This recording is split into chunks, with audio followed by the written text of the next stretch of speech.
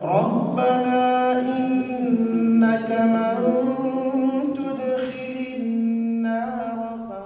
l'heure de la prière, alors que le Conseil français du culte musulman est réuni à Paris, les responsables religieux alsaciens délibèrent dans la grande mosquée de Strasbourg. L'objet de ces débats, déterminer s'il faut mettre fin au ramadan le soir même ou le lendemain.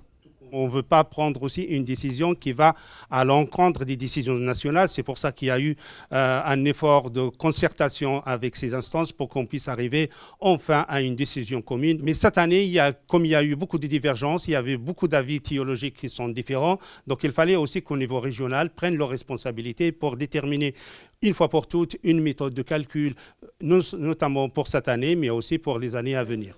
Car la date de la fin du ramadan n'est pas inscrite à l'avance dans le calendrier musulman, son choix revient aux instances de chaque pays et repose sur des observations astronomiques soumises à une part d'interprétation et donc à discussion. Jusqu'au dernier moment, les musulmans sont dans l'incertitude.